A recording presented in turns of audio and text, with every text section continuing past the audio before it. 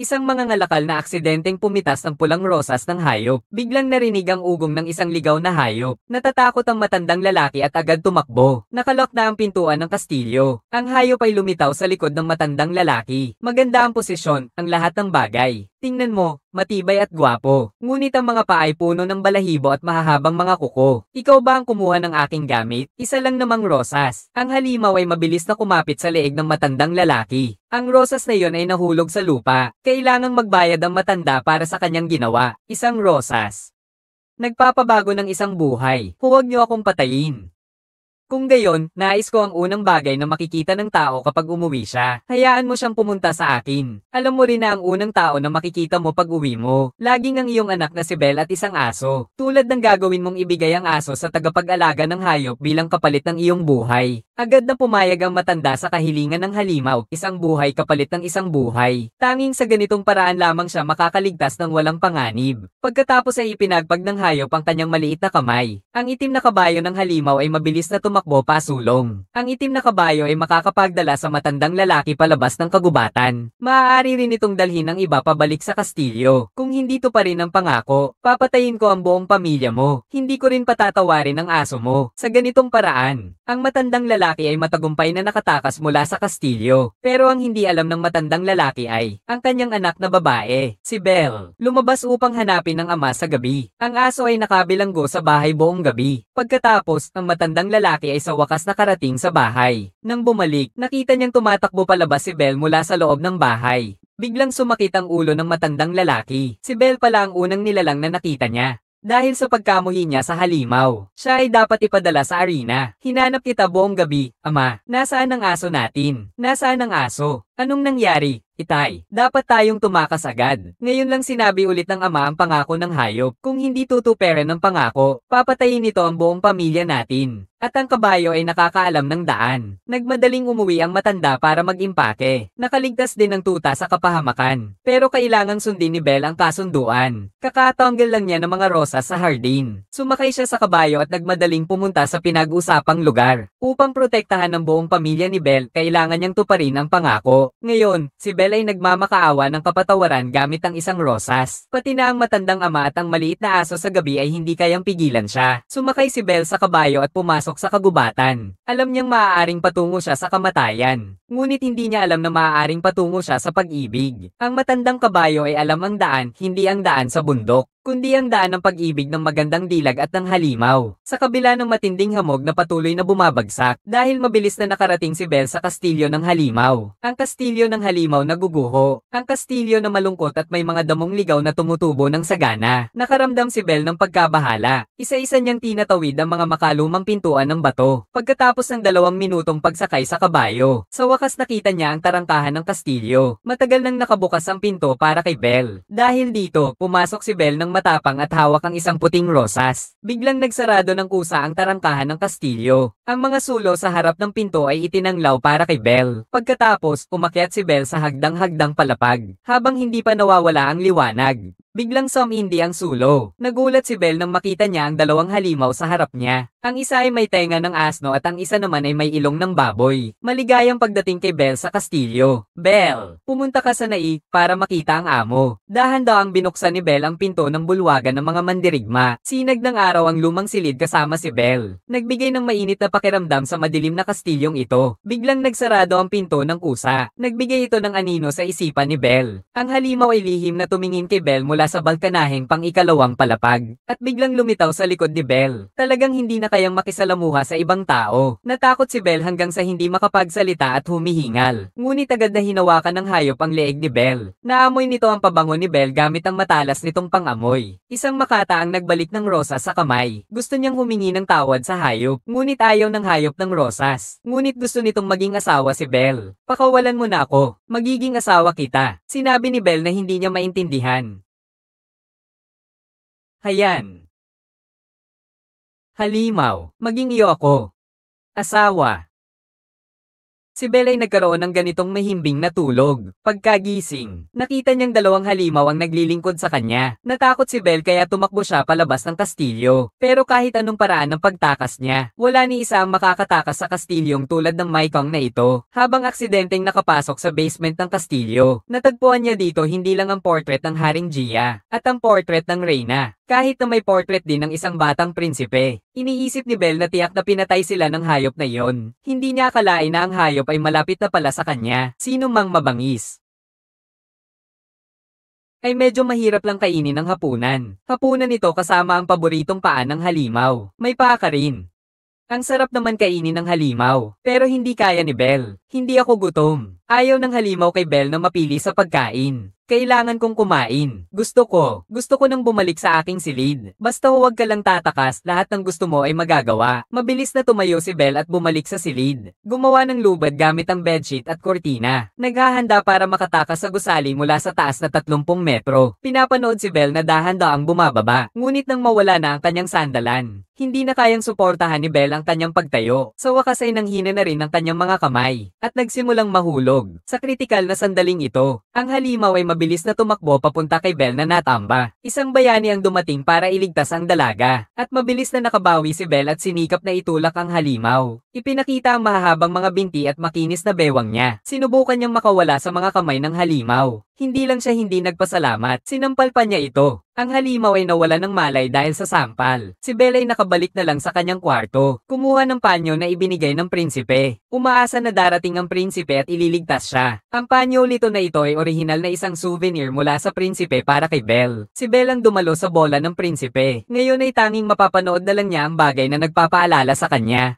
At hindi alam ni Belle, ang mga rosas sa labas ng balkonahe ay unti-unting nalalanta. Bumagsak mula sa isang malungkot na hayop papunta sa lupa. Kapag ang lahat ng rosas ay nalanta na, ang halimaw ay mawawala sa mundong ito. Bigla na lang may dumaan na daga sa tabi ng halimaw. At nahuli nito, gusto ng halimaw.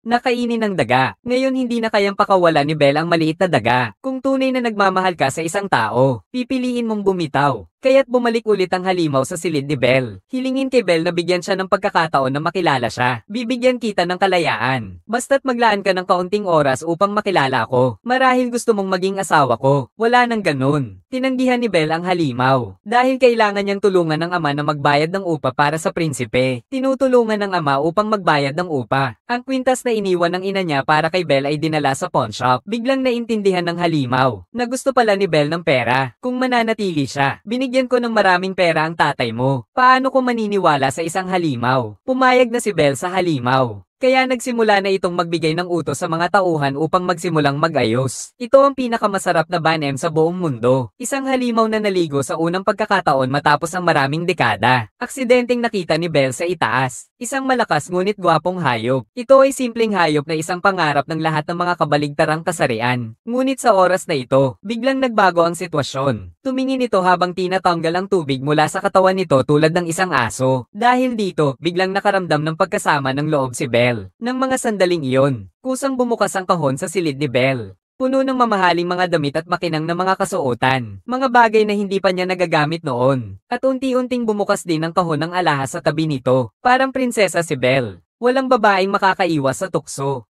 Nagsimula na ang pangalawang hapunan ng magandang diwata at ng hayop, mga alaga ko. Pareho silang nakasuot ng magagandang bagong damit. At ngayong araw, bukod sa sopas na may seafood at itlog, may tinapay din. Sa wakas, ang sarap-sarap. 2 araw na rin akong hindi kumakain. Ang halimaw ay nagsimulang kumain ng paan ng crab ng may kumpiyansa. Bigla siyang nakaramdam ng hindi tamang pakiramdam. Nagiging masama sa imahe ng gwapong lalaki. Kaya't inihagis niya ang paan ng crab sa lupa. Mas gusto ko pang kumain ng sinigang. Ang tenga ng katulong ay puno ng amoy ng sabaw. Ang taong may pang-amoy ng baboy ay mabilis na pinaalala siya na uminom gamit ang kutsara. Nagsimula silang mag-date ng normal. Nakita na hindi nagsusuot si Belle ng alahas. Naunawaan ng halimaw na hindi nauunawaan ni Belle ang babae na mahilig sa material na bagay. Ngunit si Belle ay isang kuryosang babae na nais malaman ang lahat ng bagay sa kastilyo. Ngunit ito ang bagay na ayaw talakayin ng halimaw. Hanggang ngayon, ang hapunan ay hindi pa tapos sa ikalawang pagkakataon. Ang magandang babae at ang halimaw ay muli na namang nagdulot ng kalungkutan sa palabas. Ngunit habang itinagong mabuti ni Belle ang lihim ng kastilyo, Nais ni Belle na matutunan pa. Tila natuklasan niyang mabilis lumago ang mga rosas dito. Mabilis. Ngunit nahirapan siyang mag-focus dahil sa mga tainga ng asno ng katulong. Dinala siya ni Tian upang bisitahin ang mga yaman ng halimaw. Upang matutunan kung gaano kayaman ang pamilya ng halimaw. Dinala siya ni Tian sa opisina ng halimaw. Alamin kung paano ang mga hayop ay nagpapakita ng pagmamahal. Ngayon, ang hayop ay gumagaya ng tao sa pamamagitan ng kanyang matalim na pang-amoy. Natagpuan ng kwintas ni Belle sa pawn shop. Bago umalis, iniwan pa isang bag ng ginto bilang pasasalamat at naghahandang bumalik at gamitin ang kwintas upang pasayahin si Belle. Ngunit ang matalim na pang-amoy ng halimaw ay biglang nakatagpo. Ang panyo sa kamay ni Belle ay hindi kanya. Alam na ito ay panyo na ibinigay ng prinsipe. Alam din ng halimaw ang maging seloso. Ang magandang babae at ang halimaw mula sa umaga ay umalis. Bumalik si Belle sa kanyang kwarto at natuklasan na ang kanyang kwintas ay nahanap na ng halimaw. Naisa nang humingi ng paumanhin si Belle sa halimaw. Ngunit nakakita siya ng isa pang rosas na nahulog mula sa puno. Hindi naman agad-agad nalalanta ang ordinaryong rosas. Ang dahilan lang naman ay ang pagkain ng mga sus. Pero hindi naniniwala si Belle. Ngayon, ang pulang rosas sa kanyang ulo ay nalalanta sa hangin. 1, 2, 3, 4. At maya-maya lang ay matutuyo na ang lahat ng rosas. Mahigpit na nilock ni Belle ang pinto papunta sa sikretong silid ng halimaw. Para siyang isang aso. Nararamdaman niyang parang isang hayop na iniwan. Galit siyang nagsabi kay Belle na umalis na. Sa totoo lang, hindi niya alam kung gaano siya kasaya sa loob niya. Pero nagulat si Belle nang makita niya ang korona at setro sa silid. Noon pa man ay nahulaan na niya na ang halimaw ay isang prinsipe. Tumigil ang halimaw sa pagkukunwari at sinimulan ng hamon. Diin na pisikal na contact na hindi sinasadya sa pagitan ng dalawa. Upang muling mahulog ang halimaw sa ilusyon. Iniimbitahan si Belle na maghapunan sa pangatlong pagkakataon. Kaya pagkatapos ng ilang dekadang buhay, sinimulan ng kanyang unang seryosong paliligo. Ang gwapong halimaw ay naligo sa kauna-unahang pagkakataon matapos ang maraming dekada. Hindi sinasadyang nakita ng magandang babae sa itaas. Isang malakas na hayop ngunit gwapo. Ito ay simpleng isang hayop na pangarap ng lahat ng mga kababaihan. Ngunit biglaang nagbago ang estilo ng hayop. Ang hayop ay kumikilos tulad ng aso at ipinapahid ang tubig sa katawan. Ito ay naging dahilan kung bakit biglang nakaramdam si Belle na hindi siya karapat-dapat matapos maligo. Isuot ng hayop ang pulang kapa. Excited na naghihintay si Belle. Si Belle na nakasuot ng asul na damit. Agad na naakit sa pulang bilog na halimaw. Pareho silang hindi mapigil ang sumayaw bago kumain. Tahimik na nauunawaan ang mga hakbang at posture ng bayaning Bao. Habang nagtititigan, mas lalo nilang naramdaman na sila'y perpektong magkasintahan. Parang huli na siyang nakilala. Nang magkahawak kamay na sila, kitang-kita ang pamumula ng mukha ng halimaw. Sa labas ay tila kalmado. Ngunit sa totoo, ang puso ay niloko na matagal na. Tumalan sa malalim na bangin. Ang halimaw ay tumatakbo kasabay ng ritmo. Hinaplos niya ang makipot na bewang ni Belle at nagsimulang sumayaw. Magkasama silang naghapunan sa ilalim ng mga kandila. Pinawi ang paghihintay ng 1,000 taon. Lumabas mula sa mood ng magandang dilag at halimaw. Ngayon, ang pekeng hayop ay hindi na kayang tiisin ang pagkabahala sa kanyang puso. Agad siyang lumuhad sa lupa. Gumawa ng isang kaakit-akit na pose. Humihiling ng kasal kay Belle. Gusto mo bang maging asawa ko? Pagkasabi nito, lumingon siya ng may kaakit-akit ng ngiti. Dahil dito, hindi nakapagsalita si Belle. Sa ilalim ng naghihintay ng mga mata ng hayop, hindi pa rin matanggap ni Belle ang pag-iibigan sa pagitan ng iba't ibang uri. Dahan-dahang iniyuko ng hayop ang marangal nitong ulo. Sa huli, umalis na si Belle. Umalis sa palasyo ng hayop na ito. Tumataka si Belle mula sa lugar na ito. Ngunit ang pintuan ay hinaranggan. Umaagos ang mapait na luha ng isang hayop na nagpapanggap. Kung tunay mong mahal ang isang tao, pipiliin mong pakawalan siya. Hayaan mong umalis si Belle dito. Sa sandaling iyon, kulog ang bomb alert. Ang banal na salita ay dumating. Si Belle ay tumakas sa kagubatan kung saan siya napunta. Ang kagubatan na puno ng hamog at kulog. Ang mga malalaking puno ay isa-isang tinamaan ng kidlat. Nagulat. Ang mahabang damit ni Belle ay nadaganan ng sanga. Ngunit mabilis na nasunog ang malaking puno sa tabi. Nakita si Belle. Sa gitna ng mga nabuwal na puno. Sa huli, tinusok siya ng isang sanga. Hinugot ng halimaw ang sanga na tumusok at nasaktan siya. Ngunit ang pinaka nagpapasakit sa kanya ay ang babae sa harap niya. Sa sandaling ito ng pamamaalam, doon lang siya nagkaroon ng pagkakataon na hawakan ng mukha niya. By the way, binigyan din niya si Belle ng isang flat na bag. Kahit na ang halimaw na ito ay may konting mga pangil. Ngayon hindi na kayang pigilan ng sarili mula sa pagbibigay ng walang kondisyong pagmamahal. Sinabi kay Belle na umuwi na at umalis na dito. Ang hayop na sugatan ng mabigat ay naglakbay buong gabi patungo sa kastilyo. Nasa tabi ng mga rosas. Tahimik na naghihintay sa huling pagkakataon. Isang rosas na lang ang natitira sa halamanan ng rosas. Sa madaling salita, ngayon ang araw ng pagtatapos ng halimaw. Pag-uwi ni Belle dala ang isang patag na bag. Nakita niyang nakakandado ang pinto. At isang maliit na tuta lang ang naghihintay na pakainin. Hindi nabayaran ni ama ni Belle ang upa sa bahay. At hayon na nga, napahiya siya sa publiko ayon sa batas. Dumating si Belle ng eksaktong oras na yon. Kumuha siya ng isang dakot na gintong barya at ibinato niya iyon sa mga tagapaglingkod ng prinsipe. Matagumpay niyang nailigtas ang kanyang ama. Ngunit bigla na lang yumaman si Belle. At nakakuha ng atensyon ng prinsipe sa itaas. Pag-uwi ni Belle sa bahay, tinutok niya ang mga rosas na kinuha ng kanyang ama. Bigla niyang napagtanto na ang rosas na ito ay karapat-dapat ding pahalagahan. Biglang napansin ni Belle ang isang bagay. Kaya't handa siyang tumakbo patungo sa kastilyo ng halimaw anuman ang mangyari. Ngunit hinabol siya ng mga gwardya ng prinsipe. Pinaligiran si Belle. Nais malaman ng prinsipe kung bakit bigla siyang nagkaroon ng maraming ginto. Naiintindihan ni Belle ng mabuti sa puntong ito. Prinsipe at halimaw sa kastilyo. Hindi maganda ang kanilang samahan. Kaya't mabilis na ibinalik niya ang kanyang bagay. Hindi niya alam kung anong gusto ng prinsipe. Sa ganitong paraan, maaari niyang sundan si Belle upang hanapin ang halimaw. Sa puntong ito, si Belle ay mabilis na nagmamaneho ng kabayo dahil sa pagmamahal sa halimaw. Naglalakad si Belle sa kabayo sa harap ng hamog. Habol siya ng prinsipe na may hawak na baril sa likod. Ngayon, ang huling rosa sa kastilyo ay malapit ng mamatay. Ang halimaw ay naghihintay ng huling hininga. Si Belle ay sumakay sa kabayo at kumikislap ng maliwanag. Tumakbo papasok ng kastilyo upang salubungin ang prinsipe. Ngunit tila huli na. Hinaplos ni Belle ang magandang mukha ng halimaw. Umiiyak at sinabing hindi niya kayang iwanan ito.